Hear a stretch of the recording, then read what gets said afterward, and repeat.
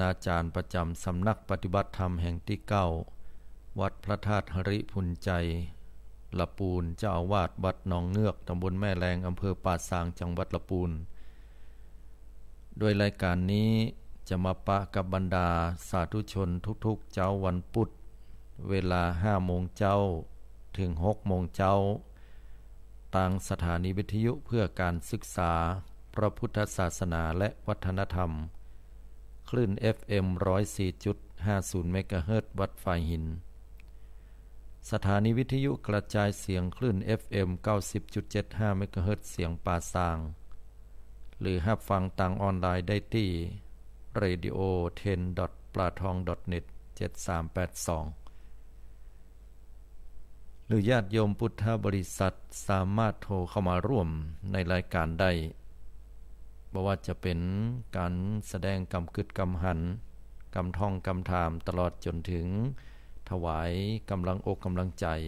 ที่หมายเลขโทรศัพท์080-221-6828สาธุชนพุทธบริษัท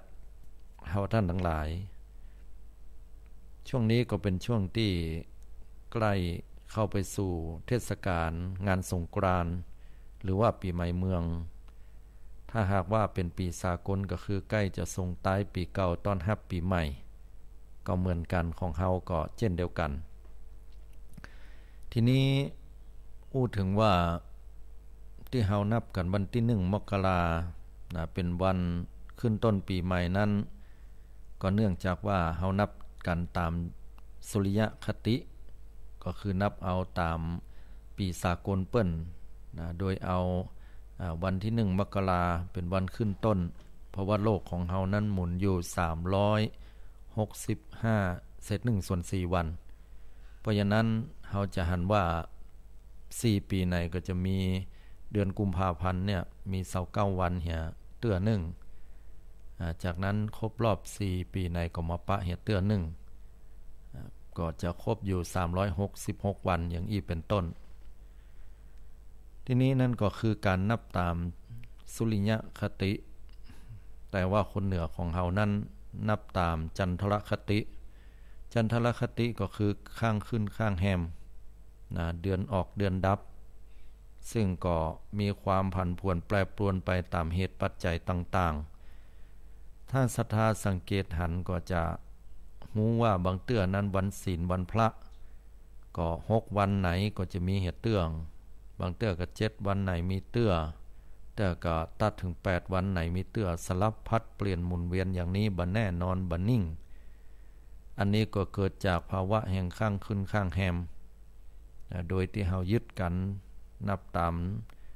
ดวงจันทร์หรือว่าเดือนที่เคลื่อนไปตามโลกของเฮาทีนี้บรรดาศรัทธาเฮาเจ้าข้าทั้งหลายถ้าอู้ถึงในเรื่องของสงกรานต์ล้านนาของเฮาหรือว่าปีใหม่เมืองเนี่ยเฮาถือปฏิบัติเป็นจาฮีดมากันเป็นระยะเวลาเมินเป็นประเพณีวัฒนธรรม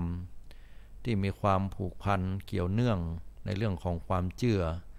คนเหนือเฮานั้นก็จะเชื่อดั้งเดิมเชื่อเรื่องของผีบรรพบุรุษหรือผีป่าผีไม้ผีเขาผีให้นาป่าตางสัปปะว่าผีนั่นก็เพื่อเป็นการยึดเหนี่ยวจิตใจและหันว่าสิ่งเหล่านี้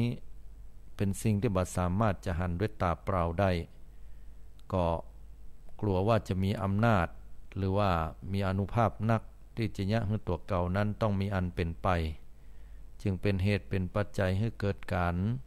อ้อนวอนกราบไหว้แล้วก็ถือเรื่องของบรรพบุรุษแต่ว่าโดยหลักใหญ่ใจความแล้วนั้นก็มีปรัชญาหรือว่า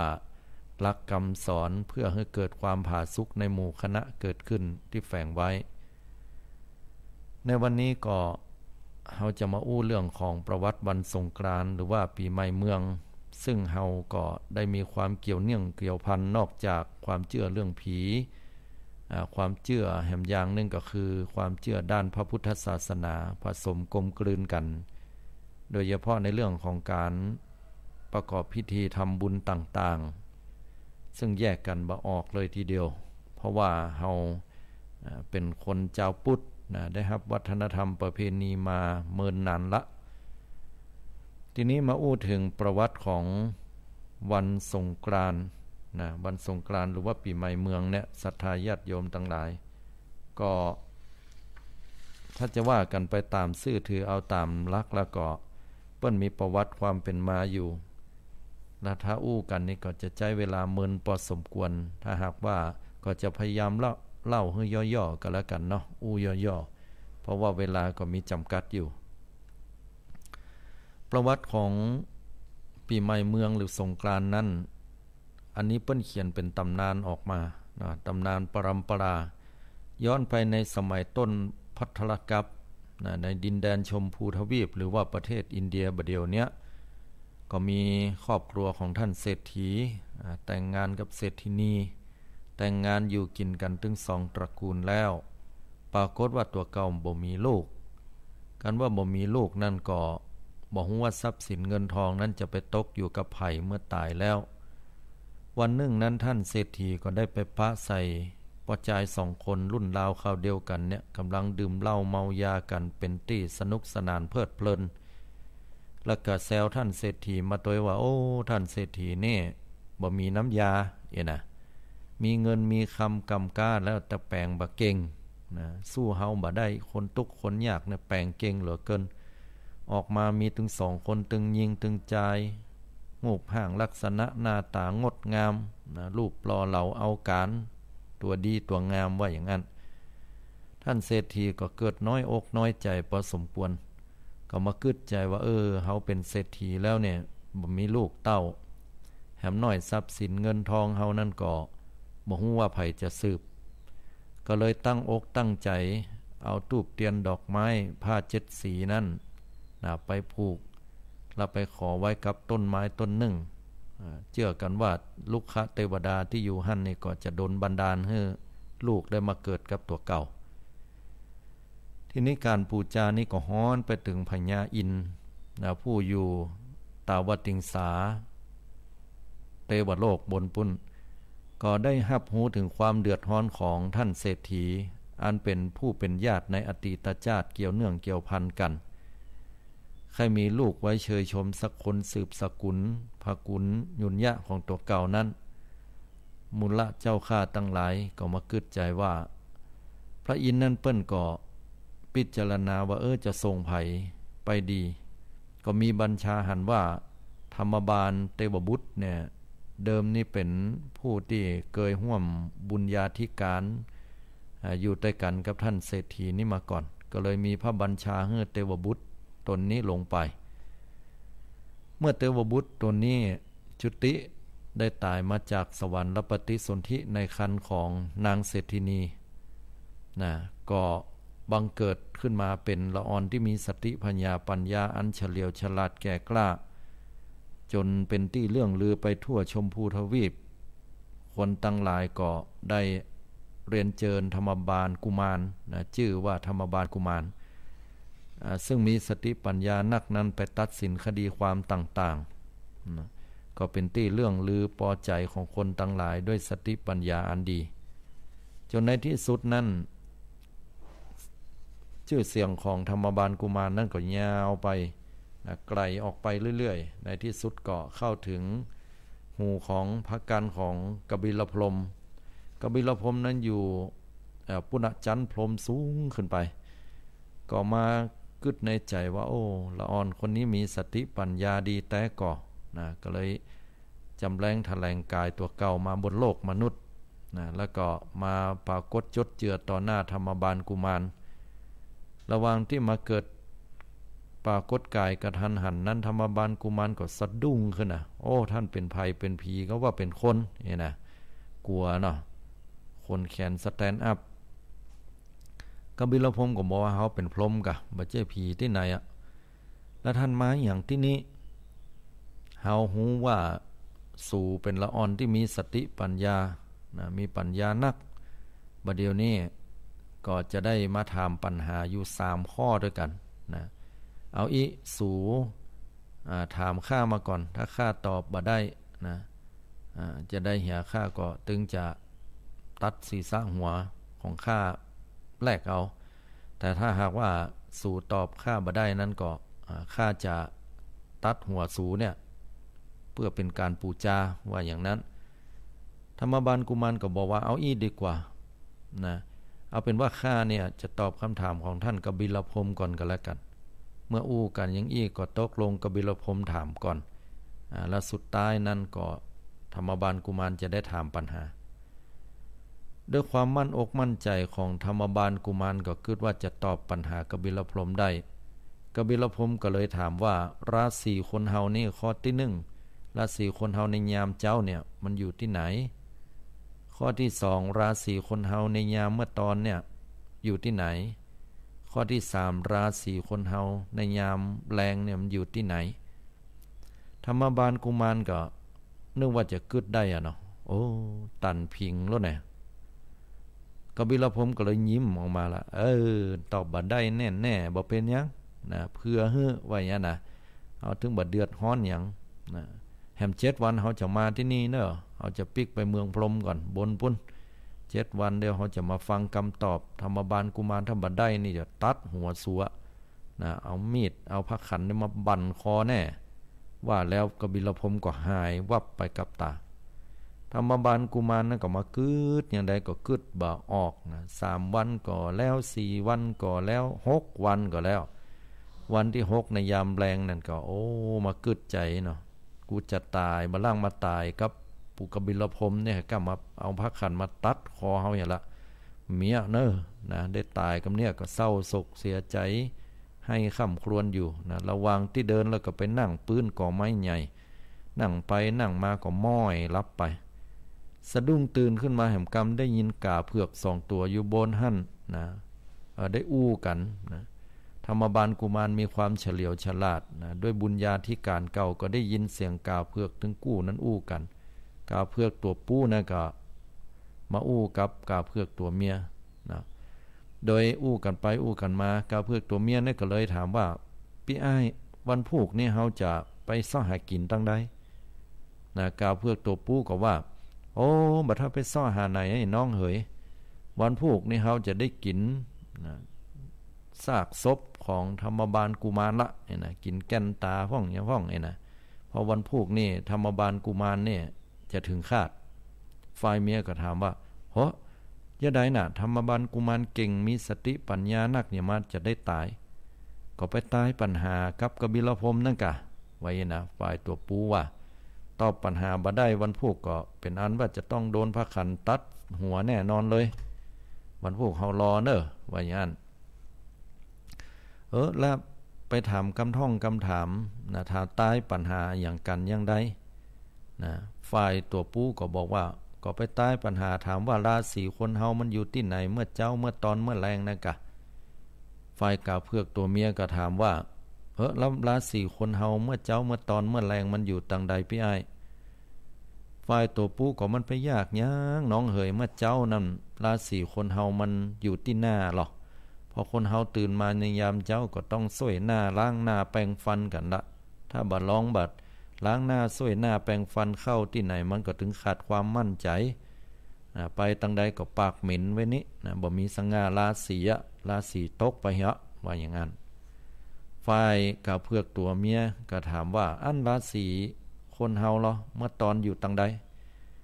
ธรรมบาลกุมารขออภัยตัวกาเพือกตัวปู้ก็บอกว่าเมื่อตอนราศีคนเฮานั้นอยู่ที่หน้าอกกะนะเวลาฮ้อนมาเปิ้นเอาน้ำเนี่ยลูบหน้าลูบตาบ่พอเอาลูบหน้าอกเนี่ยฮือจุ่มฮือเย็นเนาะลูบแขนนะอันนี้เป็นลักเลยเพราะนั้นราศีคนเฮาเมื่อตอนก็อยู่ที่หน้าอกอันกับพี่อ้ายแล้วก็ยามแรงแล้วราศีคนเฮามันอยู่ตังใดยามแรงก็ราศีคนเฮาจะเข้านอนนะเฮาลุกจากที่การที่งานมาจะต้องส้วยตีนล้างตีนให้สะอาดก่อนที่จะขึ้นหาบนเตียงที่นอนผ้าปูสลีที่นอนหมอนมุ้งจะให้ได้สะอาดชำระล้างสิ่งสกปรกออกไปเหี่ย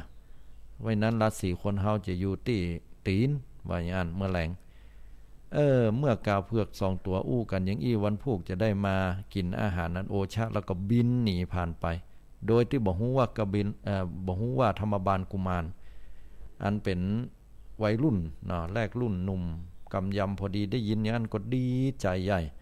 ต้องวันพรุ่งนี้จะไปตอบคำถามของกบิลพรหมเหกรรมเหรอนะได้คำตอบแล้วทุกวันรุ่งขึ้นกบิลพรหมก็จำแรงแปลงกายมาปรากฏจดเจือต่อหน้าธรรมบาลกุมารและก็ถามว่าเป็นยังไงมึงตอบคำถามกูมาประเดี๋ยวเนี่ย3 ข้อเนอะได้ละกะเตรียมพร้อมละกะธรรมบาลกุมารก็ยิ้มน้อยยิ้มใหญ่ได้แน่นอนนะตอบได้แน่ถ้ามึงบ่ได้แล้วมึงจะโดนพระขันเนี่ยตัดหัวของมึงนะมีตายวันเนี้ยเตรียมตัวไว้เถอะนะธรรมบาลกุมารก็ว่าบัดใจเฮาละถ้าจะเป็นท่านเนี่ยก็นะก็มึงก็ตอบคำถามมาต่อนะกบิลพรหมก็ว่าธรรมบาลกุมารก็บอกว่าอีนาท่านกบิลพรหมราศียามเจ้านั่นคนเฮาอยู่ที่หน้าตาจะต้องล้างหน้าสวยหน้าให้เกิดความสะอาดราศีในยามเมื่อตอนอยู่ที่หน้าอกจะต้องเอาน้ำมาเย็นๆนะมาลูบที่อกให้เกิดความจุ่มเนื้อเย็นใจจะไปใจฮ้อนนะหน้าฮ้อนนี่ใจฮ้อนบดียามแรงนั่นก็จะต้องเอาน้ำมาส้วยตีนส้วยแข้งส้วยขาก่อนที่จะขึ้นบ้านขึ้นเฮือนขึ้นสู่ที่นอนจะเป็นมงคลดีแลว่าอย่างนี้นะกบิลพรหมได้ฟังดังอันบันนึกบัฝันว่าธรรมบาลกุมารนั่นจะได้หูกรรมตอบอันก็รู้สึกสะดุ้งนะตกสะเกิดขึ้นมาโอ้ตายละธรรมบาลกุมารมีสติปัญญานักหารู้ไหมว่าติแต่ธรรมบาลกุมารก็จนปัญญาเหมือนกันแต่จะบุญที่ได้ยินนะคำตอบจากกล่าวเพื่อกู้นั้นแต่สัจจะก็คือสัจจะกบิลพรหมก็เลยบอกว่าไหนๆเฮาก็การละนะขอให้ธรรมบาลกุมารถามคำถามมาตัวธรรมบาลกุมารได้ถามคำถามไปก็กบิลพรหมก็ตอบบ่ได้ก็ในที่สุดก็ยอมตัดหัวของตัวเก่าแต่ก่อนจะตัดหัวนั้นก็ได้สั่งนางถึง7อันเป็นลูกสาวตัวเก่านะนางถึง7นั้นซึ่งก็ต่อมาก็คือนางสงกรานต์นั่นเองเนาะนางถึง7นั้นก็ลูกของกบิลพรหมนั้นก็มีชื่อว่านางตุงสะเตวีอันนี้เป็นแม่หญิงคนเก่านะเป็นนางสงกรานต์ประจำวันอาทิตย์คนที่2นางสงกรานต์คนนี้ชื่อว่าโคราชเตวีนะประจำวันจันทร์คนที่3คือว่านางลากษะเตวีเป็นนางสงกรานต์ประจำวันการวันที่4คือนางมุนทาเตวีประจำวันพุธวันที่5คือนางกิลินีเตวีประจำวันพฤหัสหรือว่าวันพัดนางที่6ชื่อว่ากิมิทาเตวีประจำวันศุกร์และคนที่7ชื่อว่ามโหธรเตวีเป็นนางสงกรานต์ประจำวันเสาร์วันที่7วันด้วยกันถ้าว่าวันสังขารล่องไปตัดวันไหนก็ถือเอานางคนนั้นเป็นผู้ที่ถือเอาพานหรือว่าเป็นผู้ที่นำนะทีนี้วันแรกนั้นก็พระพรหมเนาะพระพรหมกบิลพรหมนี่ก็สั่งให้ลูกสาวคนเก่าตัวเก่านะชื่อว่านางตุงสะเตวีนั่นกำพานขึ้นมาพันเงินพันคำเอามารองรับศีรษะหรือว่าหัวตัวเก่าไว้เพราะว่าถ้าว่าตัวเก่าอธิษฐานด้วยฤทธานุภาพเอาพระขันมาตัดหัวตัวเก่าหากว่าตัดเรียบร้อยเป็นดีแล้วเนี่ยก็จะย่าให้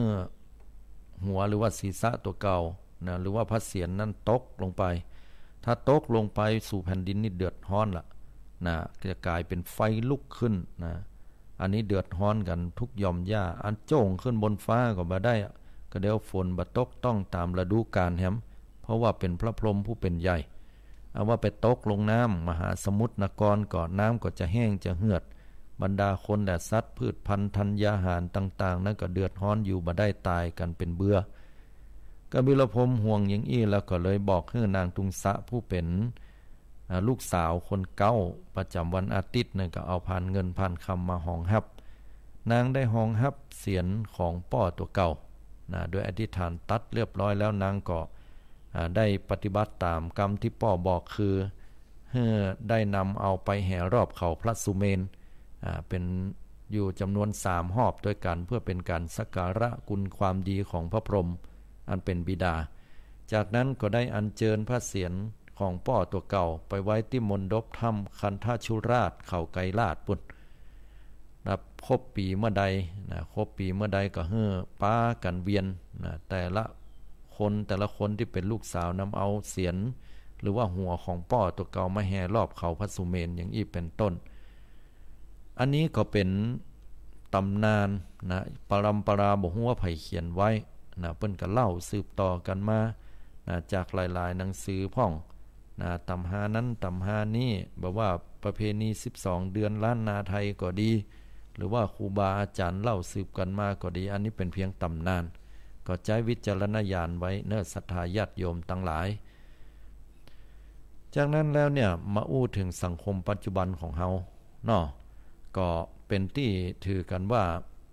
เฮานับตามจันทรคติข้างขึ้นข้างแฮมก็โดยส่วนนักที่ผ่านมาเนี่ยประมาณหลายปีด้วยกันนะก็มาปรากฏตรงกับสุริยคติก็คือวันที่13 14 15เนาะแต่ว่าที่ผ่านมาบักกี่ปีนะ 2-3 ปีที่ผ่านมาเนี่ยและจากนี้ไปหำ20กว่าปีนะผลปรากฏว่าเพิ่นมาคำนวณตามจันทรคตินี่เป็นว่าอันวันสังขารล่องวันแรกนี่มันจะบาดตัดกับวันที่13มันจะไปตัดวันที่14เพิ่นจัด14 15 16อีเนาะทีนี้ก่อนจะอู้เรื่องถึงตรงนั้นตอนนั้นนะก็จะมาอู้กันเรื่องว่าเมื่อมาถึงในวันสังขารล่องวันที่13วันที่13นี้ถือว่าเป็นวันส่งท้ายปีเก่าต้อนรับปีใหม่ถ้าจะเปรียบเทียบไปก็ใกล้จะสิ้นปีละอีตะเนาะเข้าสู่ปีใหม่ละวันที่13ในวันนี้วันยามมื้อเจ้านี่เพิ่นจะมีการจุดประทัดหรือว่าจิสโปกกันตึงตั้งตึงต่ำล่มล่ำกันเสียงดันสนั่นปั่นปืนตื่นมาในยาม5 โมงเจ้าเอาละบางเตื้อก็ตีเที่ยงคืนตี 1ก็จี้กันแล้วนะของวันใหม่อ่ะแต่ว่าเปิ้นจะเอาตอน5 โมงเจ้าเป็นหลักเพราะว่าตีนฟ้ายกเนาะว่าตามจันทรคตินี่ก็ถือว่าถึงเวลาละถ้าว่าสุริยคติก็เที่ยงคืนตั้งแต่1 นาทีเป็นต้นไปก็เพื่อที่จะเป็นกุศโลบายบอกว่าไล่เสนียดจันไรสิ่งบดีมันเป็นข้อเกณฑ์เว้นอุบาทนี่มันตกลังทางไหลไปตามแม่น้ำมหาสมุทรสาครโดยเชื่อกันว่าจะมีปู่สังขารเนี่ยสังขารหรือว่านเฮาห้องปู่จะขานเนี่ยจะขานก็มีจะได้นำเอา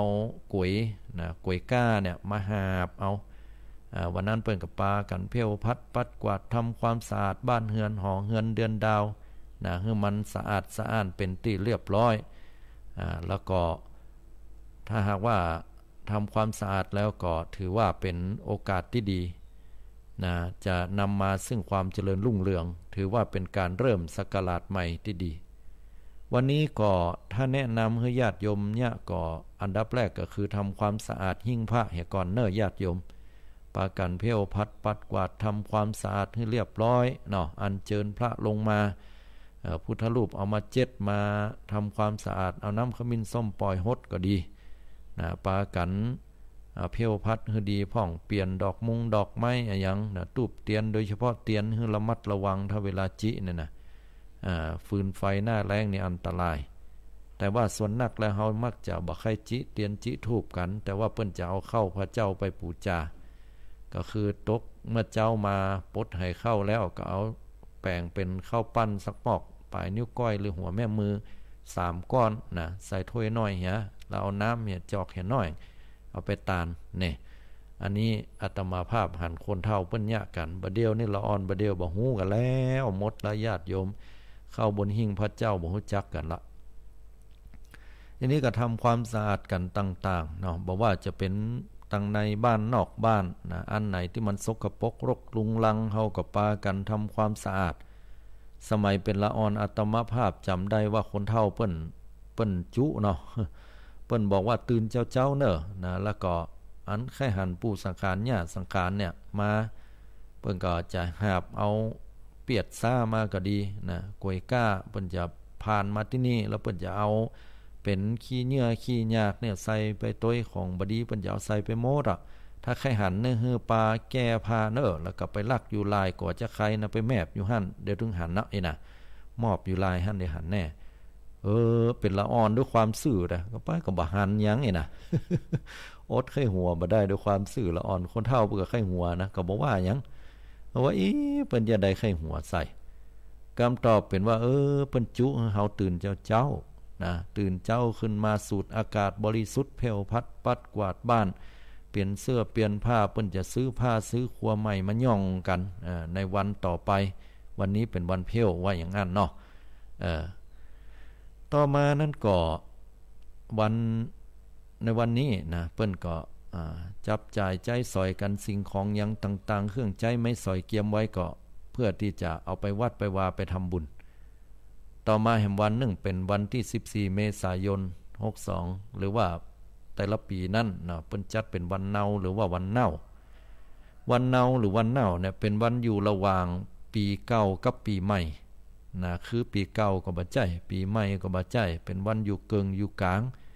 วันนี้เนี่ยถือว่าเป็นวันข้ามฟากนะข้ามไปแห่งฝั่งคือปีใหม่จากเก่าไปสู่ใหม่ส่งท้ายปีเก่าต้อนรับปีใหม่ว่าอย่างนั้นวันนี้เป็นวันที่เปิ้นถือกันว่าห้ามด่าห้ามแจ้งห้ามปากบดีใส่กันกำด่ากำแจ้งกำบดีเปิ้นห้ามเด็ดขาดเพราะถือว่าถ้าไผอู้นี่ปากจะเหม็นปากจะเป็นบ่เป็นสิริมงคลเข้าที่ไหนแตกที่หั่นจะเป็นตัวเสนียดจันไรของเจ้าบ้านเจ้าเมืองอาทิตย์แต่แล้วก็เป็นกุศโลบายญาติโยมทั้งหลายว่าเว้นเหี่ยวันนึงเน้อหลังจากที่เฮาปากันนะได้เล่าขวัญเปิ้นว่าเปิ้นนะตลอด364-65วันเนี่ยเว้นเหี่ยสักวันนึงก็ดีเป็นเรื่องของศีลข้อ4โยมเผยนะนอกจากบ่มุสาแล้วก็บ่กรรมหลายดอกลวงกรรมบ่ด่าบ่แจ้งกรรมบ่มีประโยชน์ก็บ่นะแต่กรรมดีๆใส่กันอย่างนี้เป็นต้นในวันที่14นี่ก็ยังมีกิจกรรมขนทรายเข้าวัดด้วยเนาะปากันขนทรายเข้าวัดบางวัดเนี่ยก็สมัยก่อนนี่ถึงว่าเปิ้นขนทรายแต่น่ะปุ้นขนทรายติดตาน้ำอย่างละปูนเนี่ยก็น้ำกวงเชียงใหม่ก็น้ำปิงเนาะปากันเนี่ยไปขนทรายเอาเข้ามาวัดเปิ้นถือว่าทรายเนี่ยเฮาได้เหยียบได้ย่ำออกจากวัดวาอารามไปจะเป็นบาปเป็นกรรมเป็นการตานทรายตานแตนไปในตัวหรอนะแล้วก็เพื่อจะให้ไปสร้างเป็นเจดีย์นะอันเป็นไปเพื่อที่จะให้เกิดความผาสุกและบุญกุศลไปหน้าทีนี้มาถึงว่าในวันที่14เนี่ยกิจกรรมคนทรายเข้าวัดสมัยบะเดียวก็ตั้งหน้าวัดก็หันจะมีดนตรีย้อมใจกันพ่องเนาะแล้วก็คนก็ปากันขนแต่งเนื้อแต่งตัวชุดผ้าพื้นเมืองก็มีเนาะแล้วก็นำเอาดอกมะลิเนี่ยมาห้อยใส่คอไว้เอาแป้งมาปะที่แก้มเหียเตื้อก็ใส่ผ้าบาติกเนาะเป็นรูปดอกพ่องใส่กางเกงยีนแม่หญิงก็อาจจะให้รัดรูปก็เป็นกางเกงยีนนะหรือเตื้อก็บางคนก็นุ่งแบบผ้าเมืองนุ่งผ้าถุงผ้าสิ้นก็มีก็ปากันหดน้ำไปตัวนะแล้วก็โค้นทรายในเข้าวัดตั้งวัด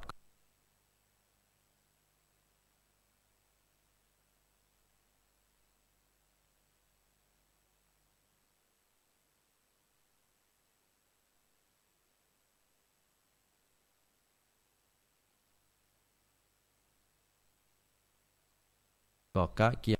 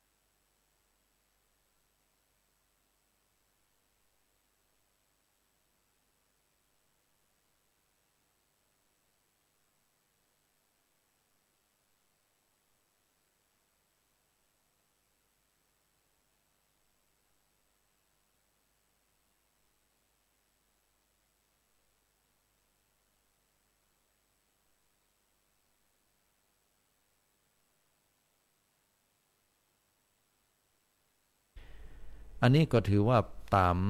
ามประเพณีที่เกยเนี่ยกันมาทีนี้มาอู้กันว่าในส่วนของจันทรคติเนี่ยมันเกิดการเคลื่อนกันถ้าว่าตามสุริยคติปฏิทินไทยบัดเดี๋ยวนี้ก็ยังจัดให้เป็นวันเก่าเหมือนเดิมนั่นเนาะแต่เพิ่มเข้ามาเช่นว่าวันที่12นี่คณะคสช.เปิ้นให้เป็นวันหยุดของปีใหม่เมืองปีใหม่สงกรานต์ทั่วประเทศนะขออภัยด้วยเป็นปีใหม่สงกรานต์ทั่วประเทศหยุดเป็นกรณีพิเศษ1วันที่12จากนั้นก็เป็นปกติคือหยุดวันที่13นะเป็นวันสังขารล่องเนาะ13 14วันเนา15พญาวันอย่างนี้เป็นต้นนะคือ3วันนี้เปิ้นบ่ได้บอกว่าวันสังขารล่องวันเนาวันพญาวันเปิ้นบอกว่าแต่เปิ้นบอกว่า3วันนี้ประกาศให้เป็นวันหยุดสำหรับวันสงกรานต์เพิ่นว่าอย่างอี้ในปฏิทินนะก็บวกกับวันที่12หยุดกรณีพิเศษเป็น4วันแล้วก็วันที่16นะชดเชยวันสงกรานต์แห่งวันนึงก็เป็น5วันสรุปแล้วปีนี้นะทางหน่วยงานราชการโดยเฉพาะทางคสช.เปิ้นผู้บริหารประเทศก็ประกาศมาแล้วว่าหยุด5วันคือวันที่12 13 14 15 16วันที่12หยุดกรณีพิเศษเนื่องในเทศกาลสงกรานต์วันที่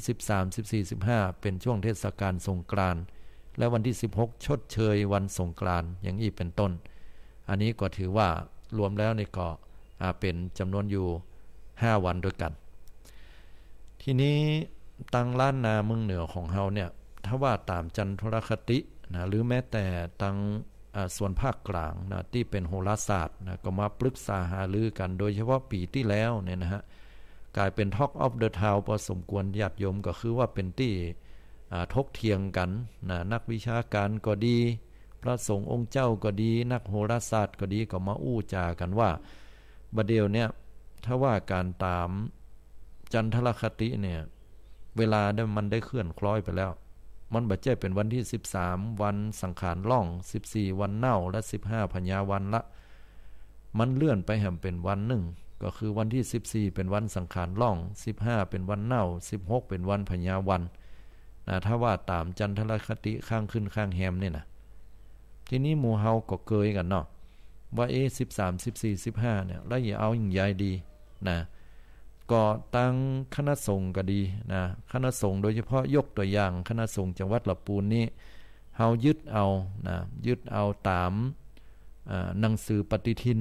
ของราชการเป็นหลักนะบ่ฮู้ว่าตังเจียงใหม่หรือตังเจียงไฮ้แป้น่านพะเยาเปิ้นถือเอาอย่างใดนะฮะแต่คณะสงฆ์ของจังหวัดลำพูนเนี่ยเปิ้นบอกว่ายึดเอาตามปฏิทินของราชการเป็นหลักทั้งนี้ก็เพื่อที่จะให้สอดคล้องต่อกันยกสาธกยกตัวอย่างง่ายๆว่าวันที่16เนี่ยคณะสงฆ์เพิ่นก็จะดำหัวครูบาอาจารย์เจ้าคณะจังหวัดรองเจ้าคณะจังหวัดครูบาอาจารย์รูปอื่น16เป็นวันปากปีเนาะแล้วก็ในส่วนของอบจ.เพิ่นก็ดำหัวทั้งส่วนของอบจ.ของญาติโยมไปแต่ถ้ามันซับวันกันแล้วทีเนี้ยมันจะกลายเป็นว่าวันที่16ถ้าเป็นวันพญาวันก็ตั้งคณะสงฆ์จะเอาอย่างอี้นะก็เลยจนกันเนี่ยมันจะวุ่นวายตัวนี้เหตุผลข้อที่1เหตุผลข้อที่2ก็คือตั้งฝ่าย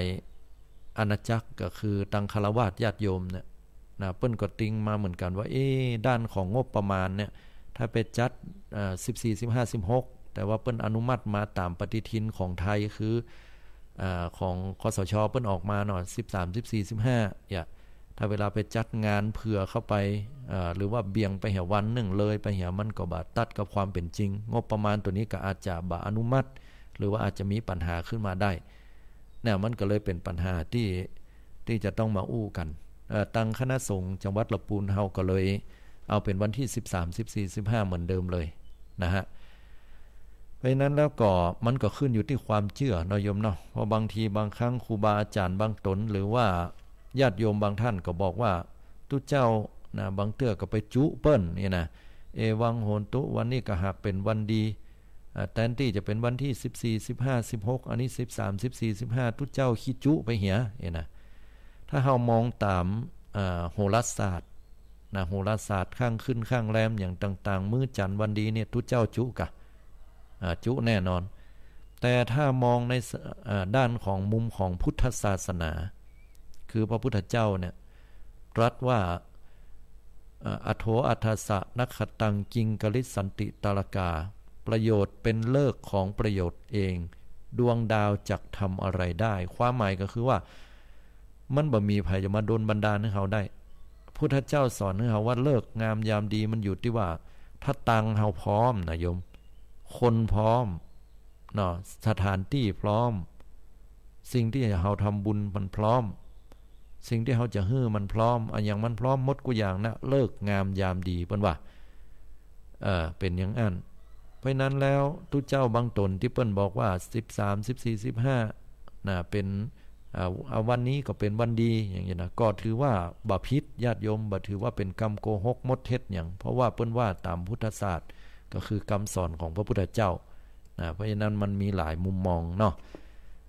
อันนี้อาตมาว่ามองในมุมของพระพุทธศาสนาเฮาก็ดีนะอย่างบางเตื้อเฮามากึดเนี่ยปั่นป้อนขันเข้าบันเตื้อวันนั้นน่ะเกียง59ละวิจันตั้งเสียติดกับจันนะญาติโยมยกขันเข้ามาตานวันติดอย่าโยมเอวังโหนตุวันนี้ก็หากเป็นวันดีติถีอันพิเศษถ้าว่าตามมื้อจันวันดีทุกเจ้าคิดจุนะแต่ถ้าตามพุทธศาสนากรรมสอนพุทธเจ้าทุกเจ้าบ่ได้คิดจุเนอะเพราะเปิ้นถือว่าวันไหนก็ดีหมดถ้าเฮากายสุจริตวจีสุจริตมโนสุจริตคือเฮาประพฤติดีคิดดีอู้ดีทำดีแล้วทุกวันคือวันที่ดีวันไหนที่เฮาเนี่ยบ่ดีให้แล้วด่าเปิ้นปากบ่าม่วนเนี่ยนะมีก็ไผจะยิ้มขอบคุณครับขอบคุณเจ้ามันบ่มีโยมเฮ้ยไปด่าเปิ้นไปอีกด่าตอบไปอีกจังหัวนะวันนั้นน่ะเป็นวันบ่ดีโยมเฮ้ยเป็นวันซวยของเฮาละฉะนั้นวันไหนก็ตามเป็นวันดีแล้วอาตมาก็มาคิดว่าบางเตื้อนั้นก็ถ้ามันเป็นวันบดีแต่เนี่ยก็อาตมาก็บ่หันเหมือนกันแล้วโยมว่าอันเกียง59ละปิจันตั้งเสียติดกับจันวันเสียวันติดน่ะห้ามกินข้าวมันมีญาติโยมเมื่อมันมีแล้วโยมเฮ้ยก็เพิ่นมันเป็นวันเสียบ่กินบ่ได้กายนะเกียง59ละวิจันตั้งเสียติดกับจันวันนี้เสียวันติดห้ามนอนตลอดทั้งคืนวันผูกไปยาการเจ้า6 โมงจะเข้าแล้วตลอดทุกวันค่ำก็จะต้องยาการห้ามรับเป็นวันเสียมันบ่มีก็โยมอาตมาก็บ่หันมีหรอมันก็แปลกดีเหมือนกันนะความเชื่อของคนเฮาเนาะแต่นี่ก็อู้ในนามของว่าความเชื่อของคนที่แต่แล้วมันก็เป็นกุศโลบายให้เฮาทำความดีนะเนาะนะวันไหนก็เป็นวันดีได้อันนี้ก็แล้วแต่มุมมองของคนเนาะว่าจะมองในมุมมองของโหราศาสตร์หรือว่ามองในพุทธศาสตร์นะแล้วก็ถามว่าระยะใดถึงเอาวันมื้อจันทร์วันดีให้ญาติโยมตัวละในเมื่อฮู้ว่าวันไหนก็เป็นวันดีคือญาติโยมทั้งหลายตุเจ้าเฮาเนี่ยใหม่ๆเปิ้นเผยแผ่ศาสนาเปิ้นก็พยายามบอกละญาติโยมว่าอย่างนั้นวันนั้นบ่ดีวันนี้บ่ดีแต่ว่าความเชื่อของหมู่เฮานี่มันฝังลึกเนาะพร้อมเนี่ยแล้วก็มันมีหั่นอย่างหนึ่งนะกลัวว่าบ่ดีก็เดี๋ยวก็มาโทษนะเป็นตาตุเจ้านั่นน่ะบอกว่าวันนั้นดีเปิ้นว่าวันบ่ดีก็ไปเนี่ยอยู่นะโยมก็มาโทษให้ตุเจ้าแหมเนี่ยทั้งที่มันมีเหตุปัจจัยอื่นโดยก็เลยกลายเป็นว่าตุเจ้าว่าจังมันเตอะอย่าได้ก็ถือไปตามโยมไปเถอะตามมื้อจันทร์วันดีไปก่อนแต่เฮาแฝงธรรมะเข้าไปก็แล้วกันนะเพราะฉะนั้นแล้วอาตมาว่าวัฒนธรรมก็บ่ดีละนะคณะเดียวกันคำสอนพุทธเจ้าก็บ่ดีละฮือปะกันเกิงกลางมัชฌิมาปฏิปทากลางกลางบ่ถือล้ำไปในเรื่องมื้อจันทร์วันดีแล้วก็บัลละไปจนเหี่ยมดนะเพราะมันเป็นวัฒนธรรมที่สอนใจคนเฮาเพราะนั้นก็แล้วแต่ชุมชนสรุปแล้วเนาะตั้งจังหวัดละปูนเฮานี่ถือ13 14 15นะญาติโยมทั้งหลายเอาละตอนนี้ก็ได้ได้จากันมาเรื่องนี้เนาะพี่น้องศรัทธาบางท่านก็โทรเข้ามาก่อนเวลาก็เหลือน้อยอย่างอาตมาว่าเนาะจะได้เหี่ยวก็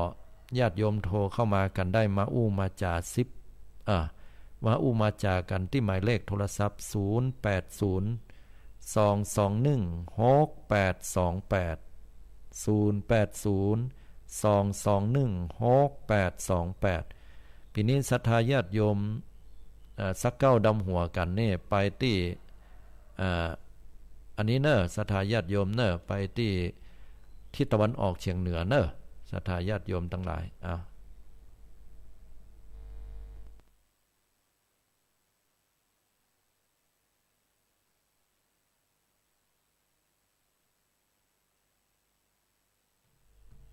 เจริญพรญาติโยมพุทธบริษัททุกท่านเนาะ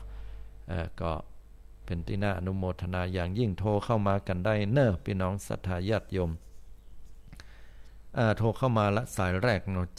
7585ขออนุญาตรับสายเจริญพรคุณโยมโอ้ไหว้จ่าเจ้าท่านพ่อครูตะกี้แม่โทรอันบัดดังอย่าท่านอ๋อ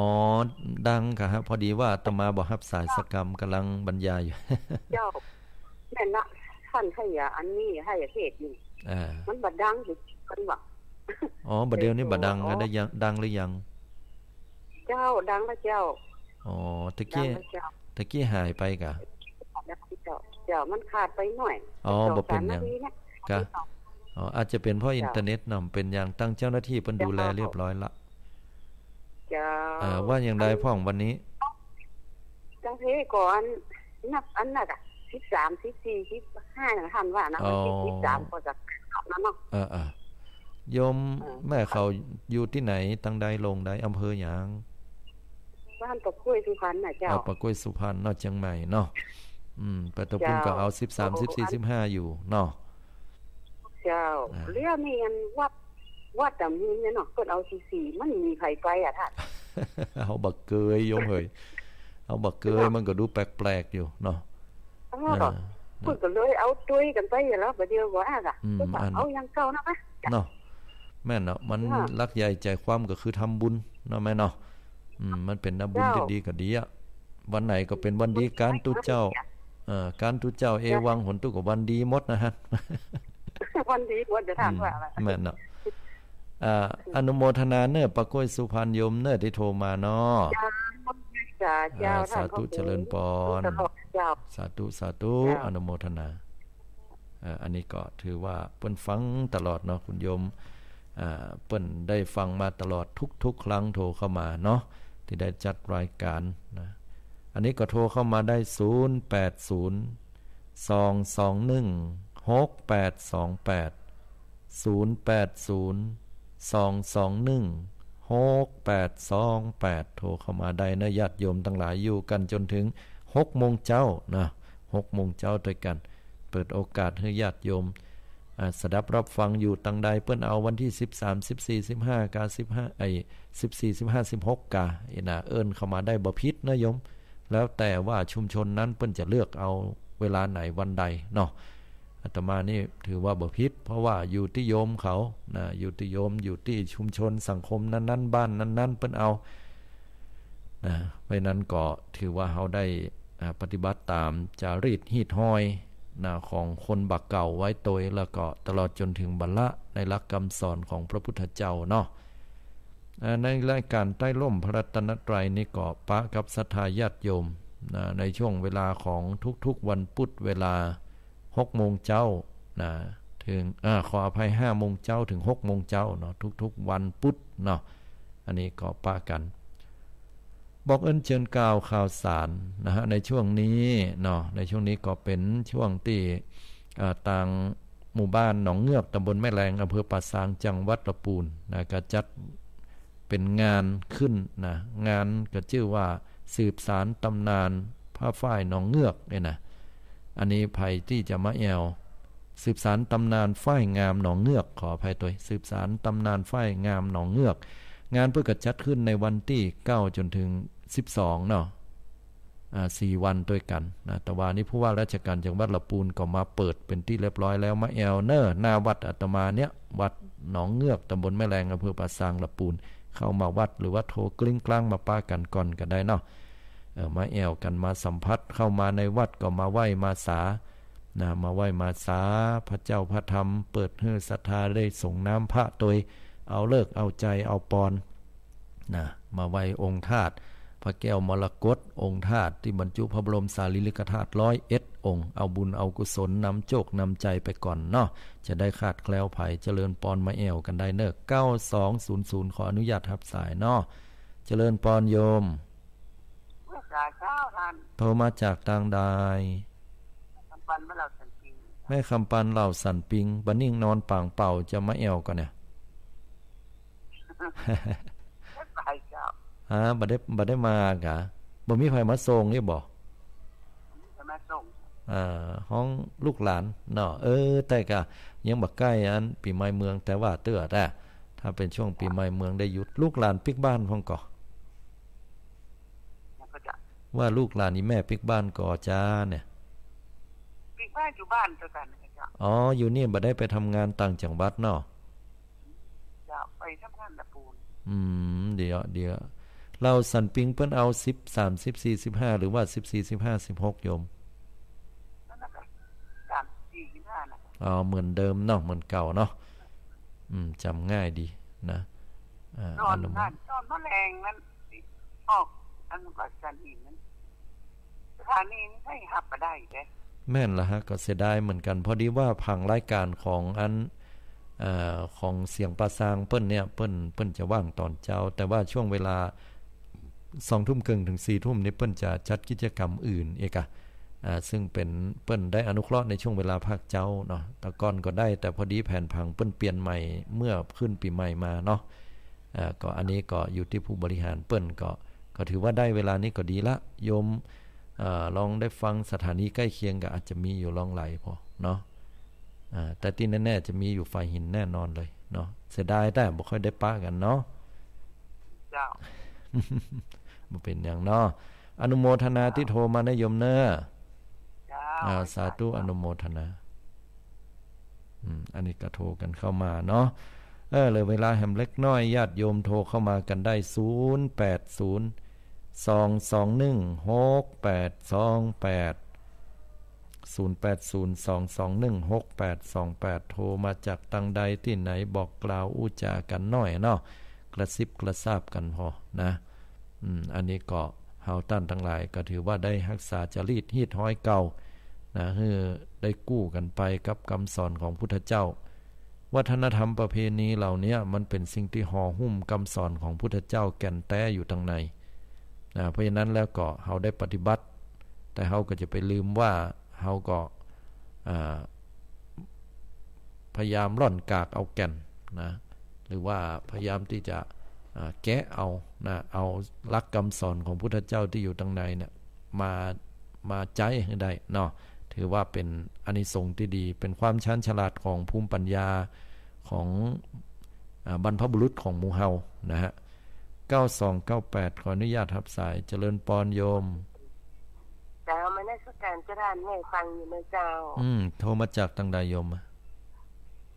ปากร้องเจ้าปากร้องเนาะอนุโมทนาเป็นได้ฟังปากร้องนี่ฟังตั้งสถานีวิทยุไหนตั้งขึ้นปลาซางหนองเนี่ยครับเสียงปลาซางเนาะเจ้าอนุโมทนาตัวเนาะต้องฝ่ายหินนี่มันบ่ได้ยินเลยตังเฮาแม่นเปิ้นจะยิงออนไลน์มาอาตมาเอา URL ไปฝากเปิ้นไว้เนาะเปิ้นก็อนุเคราะห์อย่างดีอนุโมทนาตัว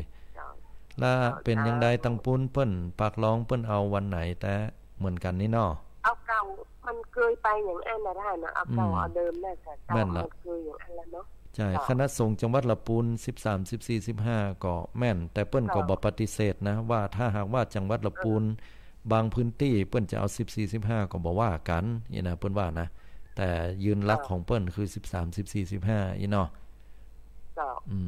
อนุโมทนามันเกินอย่างอันเนาะแม่นมันก็จำง่ายว่าอย่างอันเตอะเนาะใช่ละเจ้ามันก็อยู่ที่ใจเฮาเปิ้นเนาะท่านเนาะถูกต้องอยู่ที่ใจเฮาเนาะบ่ว่าจะวันไหนก็ตามถ้าหากว่าเฮาทำความดีแล้วมันถึงดีเนาะใจเจ้าอนุโมทนาสาธุเจริญพรเนาะราชการเจ้าอนุโมทนาพี่น้องศรัทธาตั้งปากร้องโทรเข้ามาก็ดีใจเตื้อกับฟังก็คนโทร 2-3 คนไว้เปิ้นฟังกัน 2-3 คนก็แต่ว่าโยมตังฝ่ายเห็นเปิ้นก็บอกว่าโอ้ฟังกันนักเห็นนะฟังกันนักอยู่แต่ว่าเปิ้นบ่โทรเห็นเนาะบางคนถามว่าจะได้บ่โทรบ่ใช่ว่ากลัวเปลืองงั้นกล้าโทรนะทุกเจ้าเฮ้ยอายเขาว่าอย่างน่ะกลัวอู้กับทุกเจ้าบ่ถูกแต่กับบางคนโทรเข้ามาเจริญปรท่านอีว่าเจริญปรเฮาเนาะก็ยืมของภายไปใจให้น่ะบ่ว่ากันเด้อโยมอาตมานี่บ่มีปัญหานะเพราะว่ากรรมบางกรรมเฮาก็บ่ฮู้เนาะบ่เป็นหยัง3763เนาะโทรเข้ามาเจริญปรโยมฮัลโหลได้ยินก่อนจ้า ปิดวิทยุกำนะโยมฮัลโหลดักไปเห็นแล้วบัจจาสกรรมโทรเข้ามาเสียดายเนาะถ้าอย่าฟังวิทยุก็หางงนะโยมปิดวิทยุเหตุกรรมแล้วก็โทรศัพท์เนาะหรือว่าอยู่ไกลๆวิทยุนะอยู่ไกลวิทยุหน่อยเดินออกทางนอกก็ได้เนาะโทรมาแหมสักสายสองสายก็ฮับอยู่นะตอนนี้ก็เดี๋ยวก็ใกล้เวลาละเนาะเดี๋ยวก็จะได้อำลาศรัทธาญาติโยมไปก่อนนะก็จะไปลืมศรัทธาญาติโยมกายสุจริตวจีสุจริตมโนสุจริตถ้าเฮากึดดีทำดีดีแล้วเนี่ยมันดีหมดญาติโยมบอกว่าจะเอาเป็นวันที่13 14 15หรือ14 15 16ได้หมดนะบ่จำเป็นแค่ 3-4 วัน5วันนี้เนาะตลอดตึงปีถ้าเฮาทำดีมันถึงดีทำบ่ดีก็ตึงบ่ดีเนาะ3763โทรเข้ามาใหม่แล้วเนาะขออนุญาตรับสายเจริญปอนฮัลโหลบ่ได้ยินเลยโยมฮัลโหลบ่ได้ยินเลยโทรเข้ามาแต่บ่ได้ยินนะบอกว่าด้วยคลื่นหรือเปล่าแต่ว่าอาตมาได้ยินเสียงที่โยมเปิดวิทยุอยู่นะก็เป็นที่น่าอนุโมทนาศรัทธาญาติโยมเจ้าข้าเนาะจะได้เหตุก็ขออนุโมทนาบุญกินบุญตานศรัทธาญาติโยมทุกท่านทุกคนเนอะวัดว่าไหนที่เฮาเป็นศรัทธาก็ไปช่วยกันเนาะไปกินไปตานวัดนั้นเนอะศรัทธาญาติโยมเนอะรักษาจารีตฮีดหอยทำบุญกันไปเตอะบุญกินตานก็จะได้ปกปักรักษาหมู่เฮาเจ้าข้าทั้งหลายเพื่อได้อยู่ดีมีสุขทุกที่ภาราตรีการเนาะเอาละบัดเดี๋ยวนี้ก็จะ6 โมงและญาติโยมทั้งหลาย58เหลือ2 นาทีอังคาดอาราธนาคุณของพระแก้วเจ้าทั้ง3ประการคือพระพุทธพระธรรมพระสงฆ์ปกปักรักษาศรัทธาญาติโยมเฮาเจ้าข้าคาดแคล้วต่อข้อเกณฑ์เวรอุบาทภัยมารต่างๆอย่าได้บังเกิดแก่ศรัทธาญาติโยมในช่วงเทศกาลปีใหม่และตลอดไปให้ความเป็นเสนียดจันไรปัญหาอุปสรรคให้มันผ่านมันก้าวมันล่วงข้ามพ้นไปได้ด้วยดีต่อไปก็ขอให้อยู่ดีมีสุขรวยสุขภาพดีนะรวยน้ำจิตน้ำใจรวยคนฮักเนาะแล้วก็ให้ก้าวม่วนขายมานกิจการงานรุ่งเรืองสมบูรณ์พูนผลเจริญด้วยอายุวันนะสุขภละและให้ได้ดวงตาหันธรรมถึงฝั่งแห่งพระนิพพานทุกท่านทุกคนโดยวันนี้อาตมาภาพได้นำเอารายการใต้ห่มพระรัตนตรัยมาปะกับศรัทธาญาติโยมตอนท้ายแล้วก็ขอนำเอารายการนี้ปิกปอกไปก่อนปะกันทุกๆวันพุธเวลา 5 โมงเช้าถึง 6 โมงเช้าเป็นเวลา 1 ชั่วโมงสำหรับวันนี้ขอลาศรัทธาไปก่อนเนิดขอเจริญปอน